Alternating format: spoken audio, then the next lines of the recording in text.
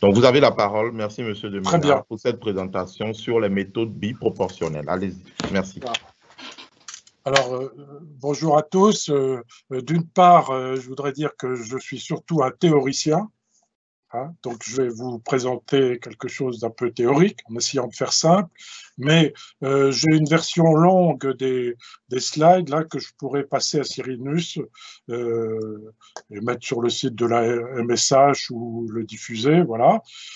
Ensuite, bon, il s'agit des journées, j'ai écrit semaine, mais c'est, je crois, les journées data SHS, hein, il faudrait que je corrige, les journées data SHS, mais précisément, je vais vous parler de quand on n'a pas de données, qu'est-ce qu'on fait? Voilà. Et donc, des méthodes pour essayer d'engendrer des données. Alors, je vais uniquement vous parler du cas des tableaux de contingence. Un tableau de contingence, ben voilà un exemple. Donc, vous voyez, c'est un tableau qui a des lignes et des colonnes. Et par exemple, on a l'âge des personnes et leur salaire. Alors, ce qu'il faut noter, c'est que le tableau contient des données homogènes, c'est-à-dire qu'on peut faire des sommes en colonnes, ici, les chiffres en gras, et des sommes en ligne. Et on peut faire le total général. C'est essentiel de bien voir ça. Alors, sur les notations, bon, le tableau, je l'appelle tableau grand Z, avec deux indices, IJ, ZI point les totaux des lignes, Z.J les totaux des colonnes, et Z.point le total général. Le tableau peut être, rectangulaire, comme ici, ou il peut être carré. On peut très bien avoir le cas rectangulaire. Alors, les applications des tableaux de contingence, voilà quelques exemples. L'analyse input-output, en France, on aura un tableau carré, branche industrielle, branche industrielle. Mais on peut avoir un tableau rectangulaire, par exemple, industrie-produit ou produit-industrie. Dans l'enseignement supérieur, on pourrait avoir des données donc sur le nombre d'étudiants, la catégorie socio-professionnelle des parents en ligne et le niveau de formation du père et de la mère de famille en colonne. Donc ça serait rectangulaire. Pour des étudiants Erasmus, on aurait pays de départ, pays d'arrivée, ça serait un tableau carré. Peut-être, ou peut-être rectangulaire. D'ailleurs, en marketing, on pourrait avoir des quantités ou des euros dans le tableau, et puis en ligne, on aurait des marques, et en colonne, des marchés. En commerce, on pourra avoir les quartiers de Dijon et en ligne, et les centres commerciaux en colonne.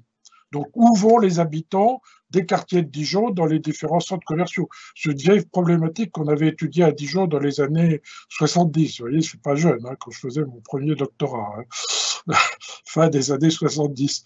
Commerce international, pareil, des données en quantité ou en euros, donc les échanges de pays à pays, un tableau carré. Les échanges entre régions, pareil, tableau carré. En finance, on pourra avoir les actionnaires en ligne et les sociétés en colonne. Donc un tableau rectangulaire où on aurait le capital placé par chaque actionnaire dans chaque société. En sciences politiques, on aurait des pays, des villes, des quartiers, puis les types de crimes. En sociologie, on pourrait avoir le nombre de messages, le nombre d'emails échangés entre des individus. Donc, les émetteurs en ligne, les récepteurs en colonne, un tableau carré. Vous voyez, il y a plein d'applications. Mais là, je m'intéresse au cas où le tableau de contingence, il est vide. Ben voilà. Donc, on n'a rien dedans. Vous voyez, on n'a rien. On n'a que le total ligne et le total colonne. Mais que mettre dedans? Alors, disons-le tout de suite, on a une infinité de solutions. Voilà, c'est très clair. Donc, le problème, c'est de trouver comment faire. Alors, trois grandes approches. Les méthodes unidimensionnelles. Donc là, ça revient à calculer les coefficients. Alors, vous voyez, on a un tableau de départ. On cherche le tableau, à remplir le tableau Z1. Mais quand même, on connaît un tableau, Z0, qui est peut-être un tableau antérieur, qui est peut-être un tableau d'un autre pays, etc. Bon, mais qui serait comparable. Et on va s'inspirer de Z0 pour remplir Z1. Bref, essayer de faire que l'intérieur de Z1 ressemble à Z0, qu'on soit assez proche. Donc, une approche unidimensionnelle, c'est l'approche proportionnelle. On va calculer, par exemple, des coefficients colonnes. Voilà, vous voyez, 2 sur 10, ça fait 20%, et on l'applique au tableau Z1. Donc, 20% de 14, c'est 2,8, etc. Donc, on obtient ce tableau-là. Ou bien on fait des coefficients colonnes. Donc, par exemple, 3 sur 10, c'est 30%, et on l'applique à 15, eh bien, on va trouver 4,5. Voilà, d'accord? Hein, voilà. Donc, le problème des approches proportionnelles, qui sont très bien, hein, c'est qu'on obtient deux ensembles de résultats qui sont strictement incompatibles. Si on fait l'hypothèse 1, les coefficients colonnes sont stables de Z0 à Z1, hein, ce que je viens d'expliquer, on obtient ce tableau-là, qui n'a rien à voir avec l'autre tableau où on a fait l'hypothèse que les coefficients lignes étaient stables. Autre système, on peut essayer de minimiser la déviation entre les matrices. Donc, deuxième, c'est-à-dire les moindres carrés. Donc, on calcule les moindres carrés entre le tableau de départ, Z0, et le tableau cherché, Z1, chapeau, je mets un chapeau pour dire que c'est le résultat qu'on trouve. Bon, les économètres ont l'habitude de faire ça. Donc, on minimise ces moindres carrés sous les contraintes de marge. Donc, je remonte ici. Voilà, on minimise les moindres carrés entre ce qu'on obtiendrait et le tableau de départ sous la contrainte que le tableau d'arrivée a bien ses marges lignes et ses marges colonnes. Voilà. Quand on résout ce truc-là, on trouve une formule additive du genre PI plus ZIJ plus QJ, moins une constante, mais qu'importe. Donc, un résultat, une approche additive. Mais ça peut contenir des termes négatifs. Donc, je reprends tous mes exemples là. Que voudrait dire des nombres négatifs dans tous ces exemples-là? Ça ne voudrait rien dire. C'est-à-dire, on analyse input à output, ça voudrait dire qu'une branche vend négativement un produit à une branche. On aurait, vous voyez, des crimes, un nombre de crimes négatifs, ça ne voudrait rien dire. Donc, on est très embêté avec les moindres carrés, parce que malheureusement, ça engendre des termes négatifs. Autre méthode toujours bidimensionnelle que je peux citer, c'est la minimisation des coûts d'échange. Donc on va minimiser ZIJ chapeau, c'est ce qu'on cherche, hein, de la matrice 1, fois un coût de transport. Et on cherche que le coût de transport soit le plus faible possible, sous une contrainte, voilà, soit le plus faible possible. Donc il faut que le tableau soit carré. Et voilà mon tableau Z0, voilà le tableau Z1 que je cherche. Hein. Alors, je n'ai pas fait figurer les coûts de transport, mais qu'importe. Les échanges vont se focaliser autour des Z11, Z22, Z33. Pourquoi? Parce que le coût de transport à soi-même, hein, de la Bourgogne vers la Bourgogne, par exemple, ou de la BFC Bourgogne-Franche-Comté vers la Bourgogne-Franche-Comté, est toujours plus faible que le coût de transport de Bourgogne-Franche-Comté vers Hauts-de-France, Nouvelle-Aquitaine, etc. Donc, les flux vont avoir tendance à se concentrer sur la diagonale. Excusez-moi. J'ai changé de page sans faire exprès. Voilà. Donc, vous voyez, la méthode des coûts d'échange, elle fonctionnerait, mais c'est un petit peu, bon, à calculer, c'est de la programmation linéaire, puisqu'il y a toujours les mêmes contraintes de marge, mais voilà, ça va concentrer les flux. Alors, on peut aussi utiliser la distribution naïve, c'est-à-dire qu'on fait le produit des distributions marginales. Voilà, donc on fait 12 fois 6 divisé par 40, on va trouver 1,8. Alors, c'est bien connu en statistique, hein, c'est le cas d'indépendance des distributions, mais évidemment, c'est un cas très particulier. Alors, autre approche, c'est celle-là dont je vais vous parler, ce sont les méthodes biproportionnelles. Donc, les méthodes biproportionnelles, l'idée, alors il y a plusieurs approches, la méthode RAS, où on déforme successivement les lignes et les colonnes, vous aurez le PowerPoint complet. La méthode de l'entropie maximale, on va minimiser ZIJ log de ZIJ, hein, sous une contrainte de coût total de transport, et puis la méthode de la quantité d'informations ou des interactions, on minimise les interactions, c'est-à-dire ZIJ, log de ZIJ sur ZIJ 0, sous les contraintes. Alors, ne vous affolez pas avec les maths. Ce qui compte, c'est de voir qu'on obtient un tableau cherché qui est le produit d'une matrice diagonale P fois le tableau de départ Z0 fois une matrice diagonale Q, avec les éléments des matrices diagonales P et Q, c'est donc PI et QJ, c'est Z point du tableau d'arrivée, la marge du tableau d'arrivée, divisé par somme de QJ sur Z et J0. Alors, de même pour QJ, on ne sait pas résoudre un tel système algébriquement. On ne va pouvoir le résoudre qu'itérativement. Donc, on va prendre un départ, par exemple, tous les QJ à 1, on va calculer les PI, recalculer les QJ, etc., jusqu'à convergence. Alors, le logiciel R, le logiciel gratuit R le fait, hein, c'est le package MI PFP. Voilà. Moi, j'ai une feuille de Excel, c'est un peu fastidieux à faire, mais autrefois, du temps où je faisais ma thèse de doctorat d'État, il y a encore très très longtemps, vous doutez bien, j'avais écrit un programme en Turbo Pascal, et puis un programme qui lisait le format diff, qui est un des formats d'échange de tableurs. Donc, je rentrais mes données dans un tableur. À l'époque, c'était même pas encore multiplan, c'était Lotus A23. Je rentrais les données dans Lotus A23, je les lisais le format diff. Le Turbo Pascal me faisait la routine qui est montrée ici, puis je réécrivais le format diff. Voilà. Donc, c'est comme ça que j'ai fait ma thèse de doctorat d'État pour une application. Alors, les propriétés des méthodes biproportionnelles. Je vous ai montré 3 façons de les calculer. RAS, qui est très connu chez les économistes, l'entropie maximale, la quantité d'informations, les interactions.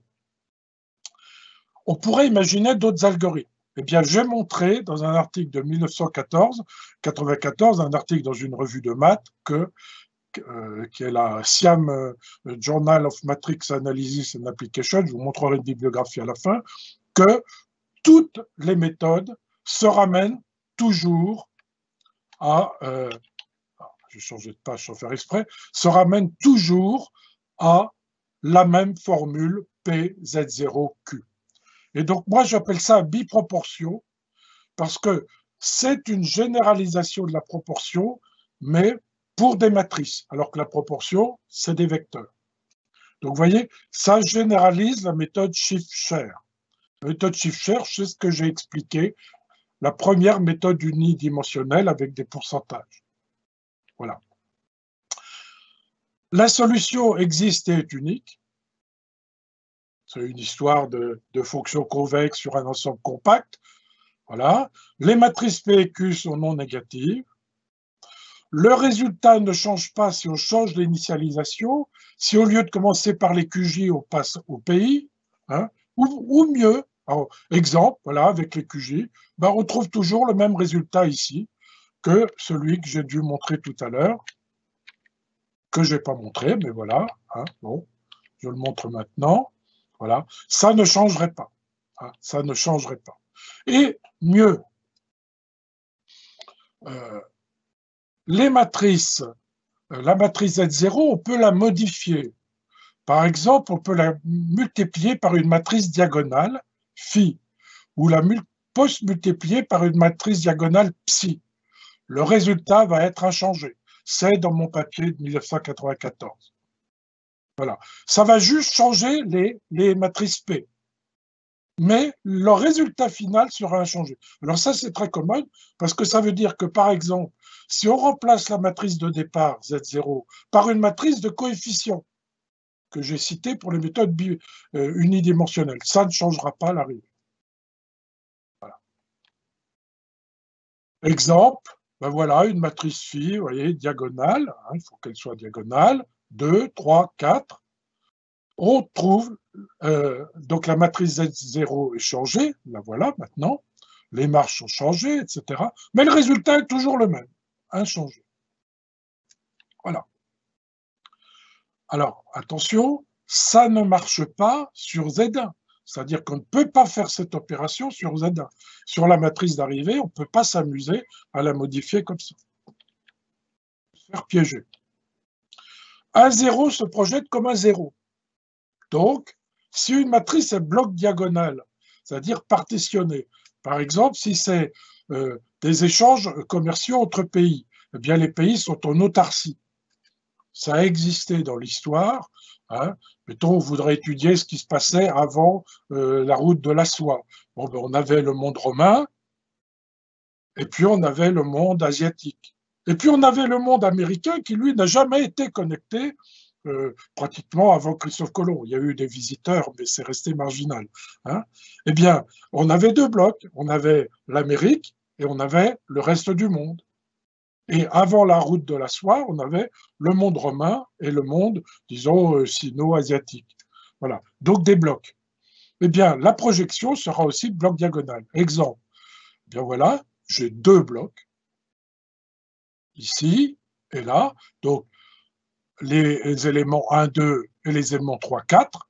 Eh bien, la projection, j'ai deux blocs, les éléments 1, 2, les éléments 3, 4. Voilà. Ça nous rassure. Hein. Ça serait embêtant qu'on aille remplir les éléments ici, là, hein, dans les blocs antidiagonaux, alors qu'on est parti d'une matrice bloc diagonale. Autrement dit, ça voudra dire qu'on crée des échanges, là où ils n'existent pas.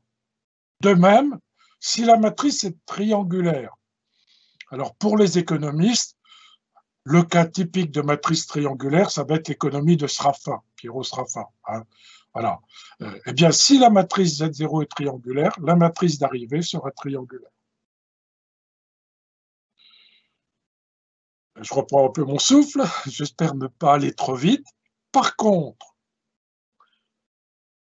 il n'y a pas toujours de solution au système, même si la solution existe et unique. Alors, voici un exemple qui est personnel, mais qui a été repris dans le handbook, dans la Bible d'Input Analysis Miller et Blair. Eh bien, voilà, Z0, c'est une matrice carrée. Elle n'a que deux éléments. Hein. Voilà, 5, 0, 4, 3. Voilà les marges. Je vise la matrice Z1 en ligne, 10 et 2, 7 et 5. Eh bien, le 0 qui est ici doit se retrouver à l'arrivée. Du coup, comme la ligne doit faire 10, j'ai forcément un 10 ici. Et comme la colonne doit faire 5, j'ai un 5. Donc, pour que le tableau s'équilibre, il faut que j'ai moins 3. Or, les termes négatifs sont interdits. Donc, vous voyez que ce cas-là est un cas où il n'y a pas de solution. Même si, comme je vous l'ai dit, la solution est unique parce qu'on cherche l'optimum d'une fonction convexe sur un ensemble compact. On dit là, on est sorti du convexe hein, formé par les marges. Pour les matheux. Hein. Ça, c'est une remarque pour les matheux. Alors, si Z0 n'apporte aucune information, donc, par exemple, la matrice Z0, elle est pleine de 1. Vous voyez, au lieu d'être comme ça, elle est pleine de 1. Eh bien, le résultat, c'est PQ. Donc, c'est la distribution naïve dont j'ai parlé au-dessus, hein, les méthodes naïves hein, pour remplir un tableau. Donc, les méthodes naïves sont un cas particulier où Z0 n'apporte aucune information. Si je reviens un peu en arrière, ce que je n'avais pas prévu de faire, mais pour vous montrer, je reviens sur mes trois façons de calculer. Donc l'entropie et puis les interactions. Eh bien, voyez, dans la formule d'entropie, Z0 n'apparaît pas. Mais Z0 apparaît ici implicitement par les coûts de transport, CIJ.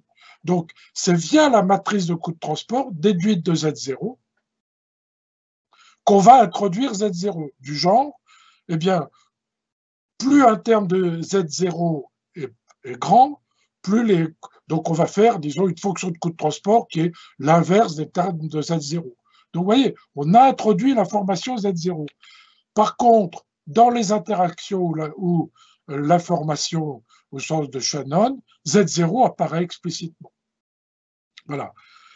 Donc, on apporte l'information Z0. Si on ne l'apporte pas, comme je disais, hein, donc je reviens sur ma fiche, là, eh bien, on a la méthode naïve, P diagonale fois Q diagonale, autrement dit, le produit des marges.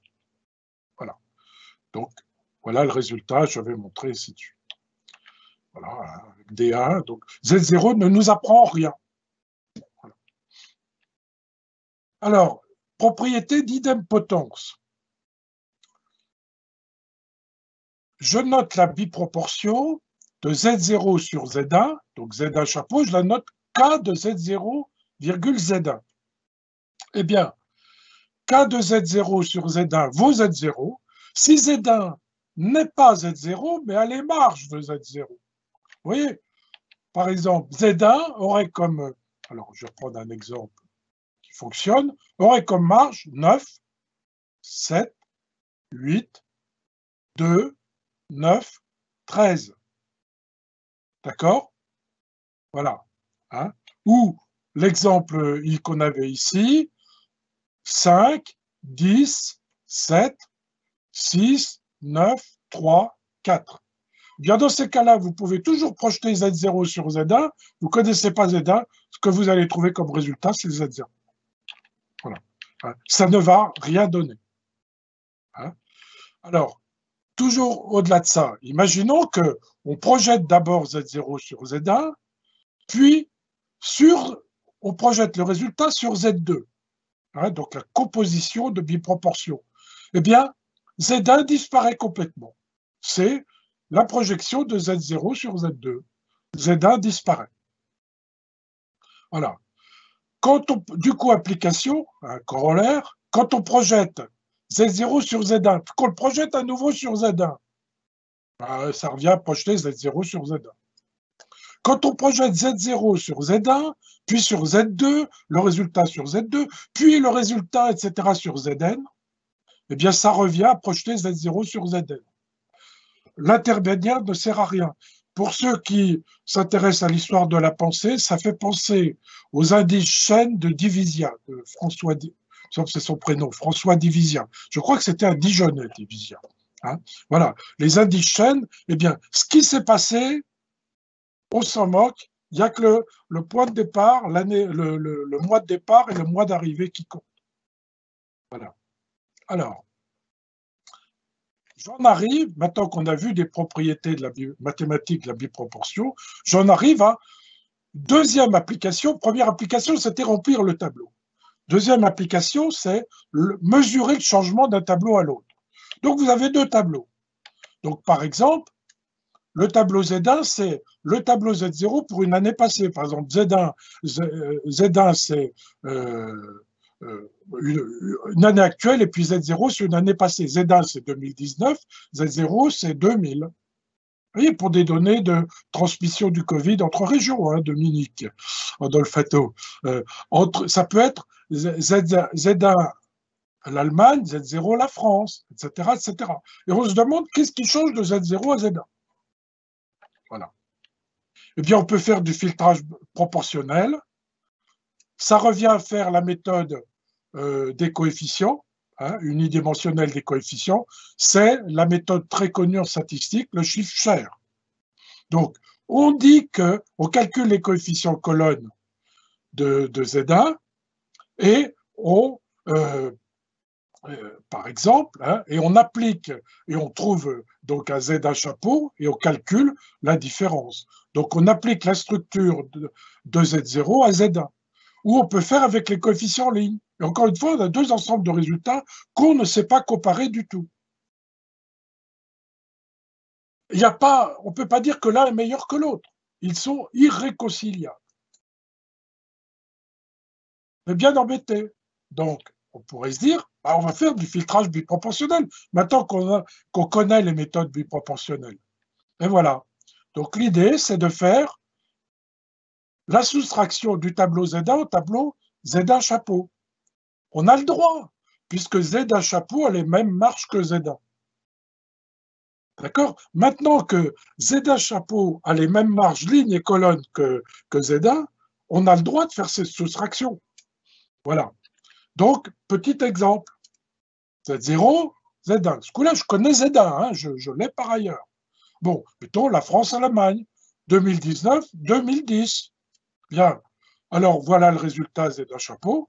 Vous voyez que le résultat Z1 chapeau a les mêmes marques que Z1. Hein? Donc, par exemple, Z chapeau, c'est la projection des échanges interindustriels de la France en 2000 sur la structure de la France en 2019. D'accord? Et je compare cette projection aux échanges interindustriels de la France en 2019. J'obtiens cette matrice soustraction. Alors, j'ai des zéros comme marge maintenant. Et je vais travailler cette matrice soustraction. Alors, je peux très bien regarder, vous voyez, par exemple, le coefficient de 1, eh bien, il y a une baisse. Donc, je vais pouvoir dire que passer de 4 à 4, le naïf dirait « Ah, ça n'a pas bougé ». Ça renvoie à la discussion de tout à l'heure, qu'a très bien expliqué Dominique Rodolfato. J'avais fait moi-même des calculs. Il faut ramener ça à la population. Ben ici, le naïf dirait, on passe de 4 à 4, ça n'a pas bougé. Eh bien, grâce au filtrage biproportionnel que j'ai inventé, ça faisait l'objet de ma thèse de doctorat d'État, eh bien, on peut dire, si, il y a bien eu une baisse. Au contraire, prenons un nombre qui a monté. Alors, par exemple, ici, vous voyez, ici, passe de 4 à 2, on va dire ça a baissé, mais ça a bien baissé, mais pas énormément, tout compte fait, vous voyez, moins 0,6, alors que là, on trouvait moins 2. Ici, ça a augmenté de 1 à 5, donc fois 5, alors qu'en fait, c'est passé de 1 à 4, quoi, en chiffre rond. Voilà. D'accord?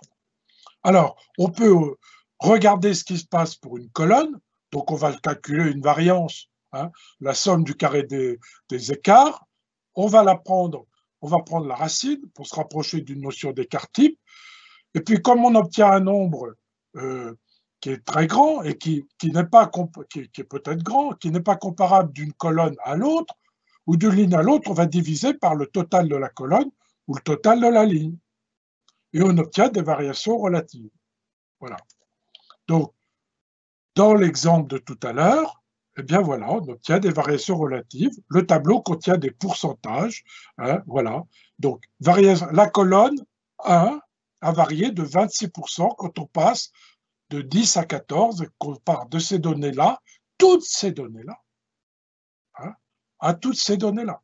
Toutes les données de Z0 à Z1, eh bien la colonne 1 a augmenté en variation relative de 26%. La 2, 68, la 3, 107, la 4, 49, et au total, ça nous fait un changement de 33%.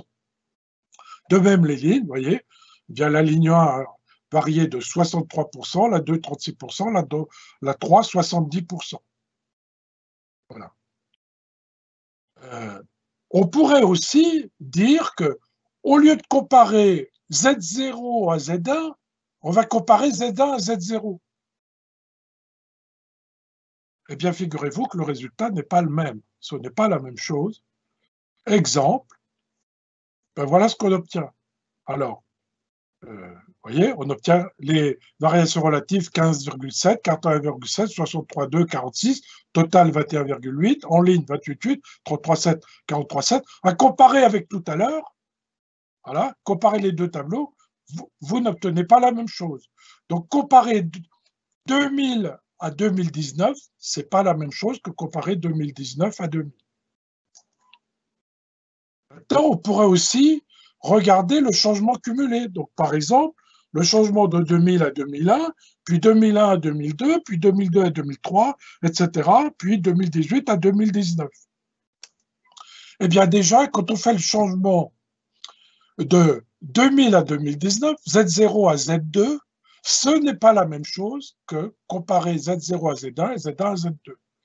On retrouve ce que j'ai expliqué tout à l'heure, c'est que le changement cumulé de 2000 à 2019 ne tient pas compte du chemin. Et donc, il faut être très prudent. C'est comme pour les indices de prix chaîne de division. Voilà. Donc, vous voyez, voilà le changement. Donc, les résultats, eh bien, Z0 à Z2, vous voyez, 38,8. Z0 à Z1, notre 33% tout à l'heure. Z1 à Z2, donc, je me suis donné une matrice Z2 qui est ici. Voilà, 10,2. Et Z0 à Z2, 38,8. Mais 38,8, ce n'est pas l'addition de 33 plus 10. D'accord? Voilà. De même que le 19,5, pardon, 16,9 ici n'est pas l'addition de 26,3 et 19,5 ou la moyenne ou que sais-je. Voilà. Alors, dans ma thèse de doctorat d'État, donc il y a très longtemps, hein, mais quand j'avais inventé le filtrage biproportionnel, j'avais fait ça, hein, j'avais comparé la France de 70 à 85, année par année, 70, 71, 72, 71, 72, etc. Et puis j'avais regardé le changement inverse, et puis j'avais regardé le changement cumulé, et donc je pouvais en déduire eh bien, le changement.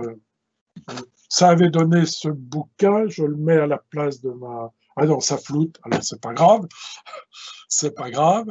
Voilà. Donc, résumé, on a vu les méthodes biproportionnelles et leurs propriétés, et puis pour remplir un tableau.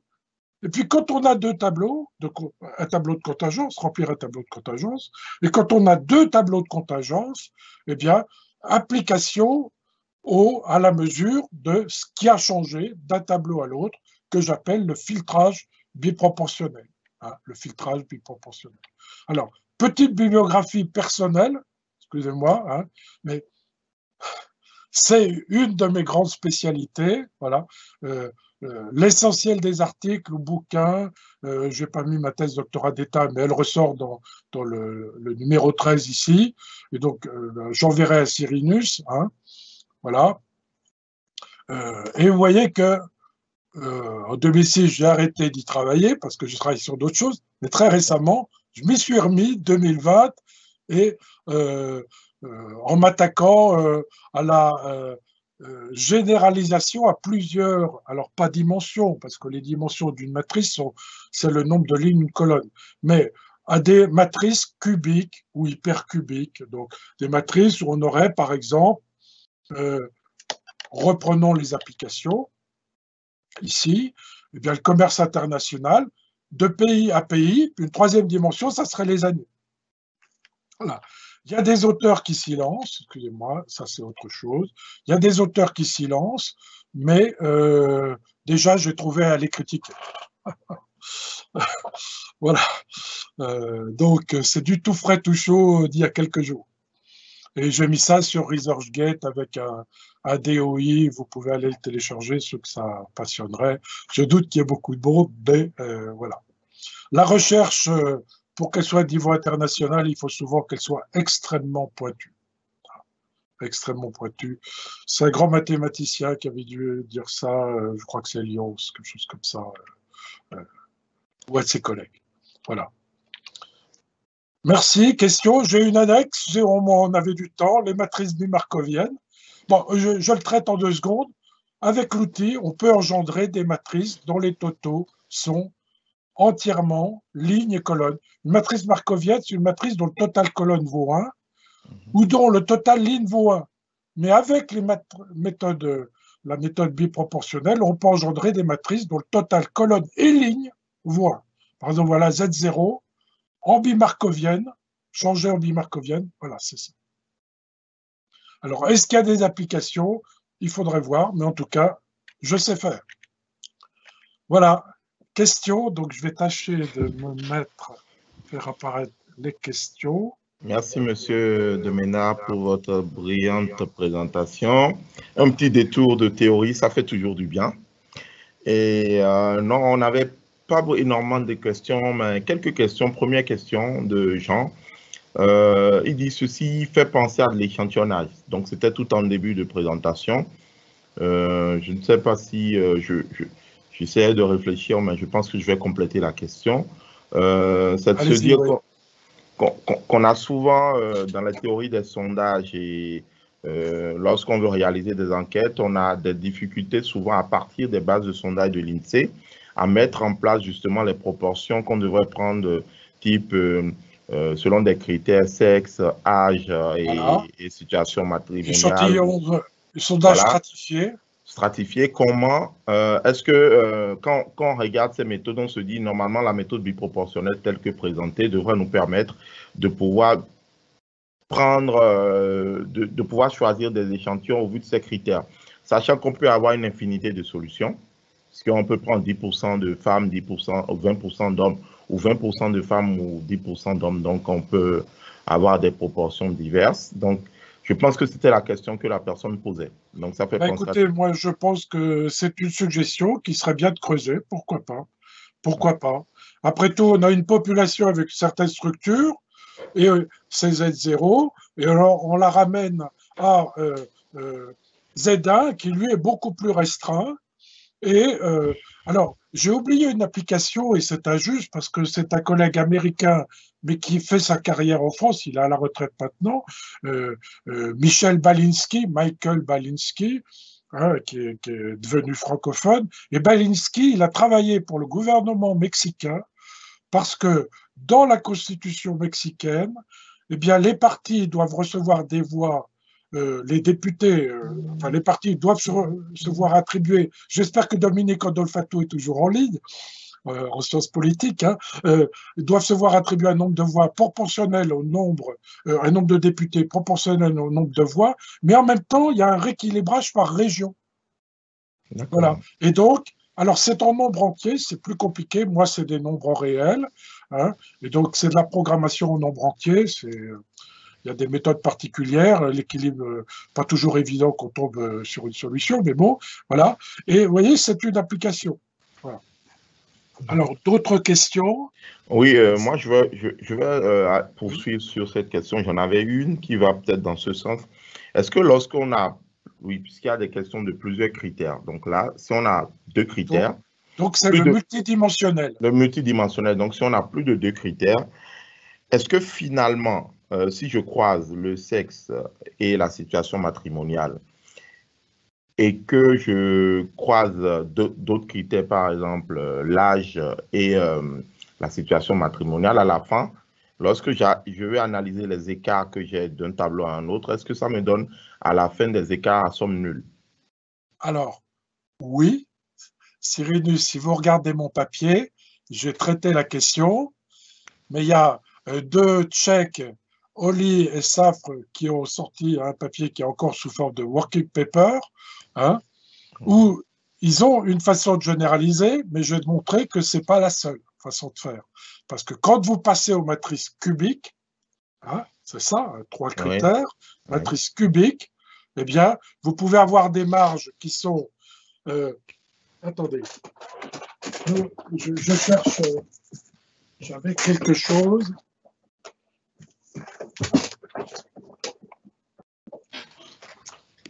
Voici, je ne sais pas si vous voyez bien, mais voici un cube. Oui, ça se voit, Ah, même si c'est voilà. un peu flouté, mais ça Donc, se voit. méthode biproportionnelle, on a les colonnes, les lignes. D'accord? Oui, Et quand on est en trois dimensions, on a une profondeur.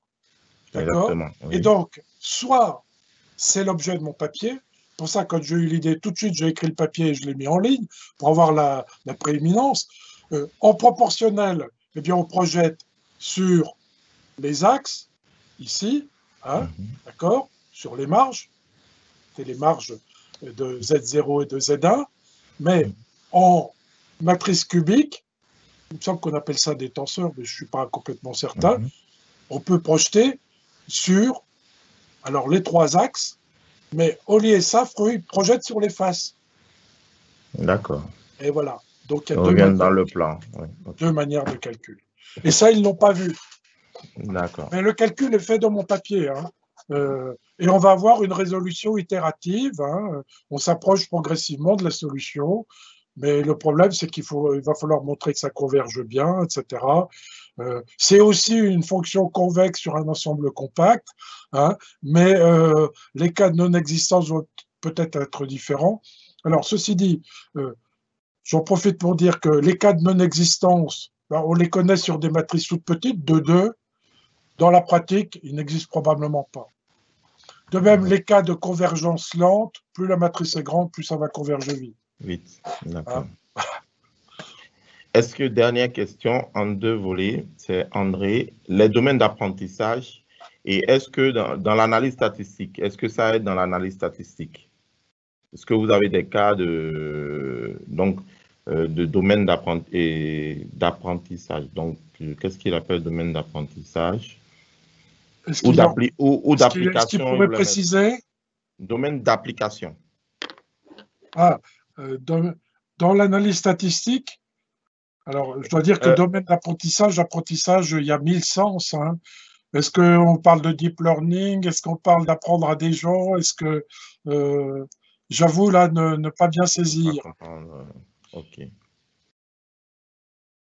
Mais dans l'analyse statistique, est-ce que vous pensez qu'on peut utiliser ces méthodes pour des comparaisons dans l'analyse basique? Donc, par exemple, pour le cas du Covid qu'on a eu ce matin. Ah ben oui, Oui, ben oui, parce que très souvent, vous voyez, une épidémie, une pandémie, il y a une transmission de pays à pays. oui. Donc, ligne, colonne, pays, pays. Donc, on aurait pu comparer, par exemple, les données, justement, la disparité qu'on avait entre les données des différents pays qu'on avait eu Et ce je vous matin. remets mes applications. Mhm. Eh bien, oui, on pourrait rajouter cette application-là. D'accord. Il y a strictement aucun problème, hein, bien entendu.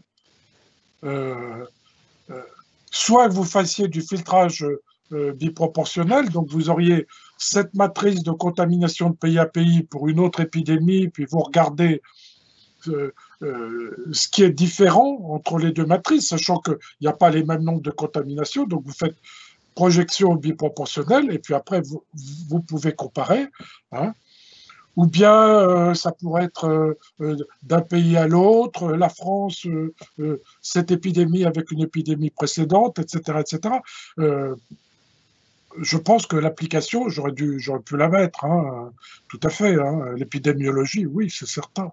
À mon avis, ça s'applique. OK. J'ai oublié de dire, enfin, c'était dans le résumé, je crois, que j'avais fourni, tout ça, c'est non stochastique, hein, Oui, hein. c'est déterministe. OK. C'est une méthode purement déterministe, Oui, même si on parle à un moment donné d'entropie, c'est non stochastique. d'accord. OK, merci beaucoup, Monsieur de Ménard. C'est la fin des C'est questions. un peu aride, mais comme toujours, quand on fait de la théorie, mais je pense que c'est bon. Donc, Cyrus, je vais vous envoyer OK. le fichier, hein, et puis si vous voulez le mettre en ligne. OK. Ben, merci beaucoup à Merci, Monsieur de c'est moi qui vous Ménard, remercie. que j'ai oublié de présenter personnellement par rapport à moi, qui a été mon directeur de thèse durant ma Voilà. thèse de 2014 de 2013 à 2017. Donc, merci beaucoup pour En votre tout cas, présentation. je vous félicite pour la façon dont vous conduisez cette conférence. Vous êtes vraiment absolument excellent dans la conduite de la conférence. Vos questions sont très opportunes. Bravo, Cyrinus, hein. Merci beaucoup à Bon vous. courage, hein. Merci et passez une bonne journée Voilà. et à très, très Voilà. bientôt. Au revoir à Merci. tout le monde. Au revoir. Merci pour avoir suivi cette matinée. Je tiens à rappeler qu'on se verra l'après-midi de 13h à 15h30. On aura deux présentations. Je vous ai envoyé un mail, mais je préfère le redire. Nous avons les présentations de cet après-midi seront interverties à cause d'indisponibilité de chercheurs. Ils ont accepté permuter leur présentation. Donc, nous aurons la présentation 13 de 13h30 à 14h30 sur les nuées dynamiques et les insectes particulières, plaidoyer d'un rapprochement. Et à 14h30, nous aurons la présentation 12 qui est consacrée à l'apport de la mise en œuvre de la méthode de choix discret pour analyser les préférences individuelles. Donc, juste cette précision. Donc, à tout à l'heure et bon appétit à vous. Cyrinus, je peux rajouter, il Oui, y a un rapport entre les méthodes biproportionnelles et l'analyse des données, hein. L'analyse des d'accord, correspondances, il y a un rapport, hein. d'accord. Voilà. Merci pour cette À bientôt. Au précision et revoir. à bientôt. Et bon appétit à tout le monde et à tout à l'heure. Merci, au revoir.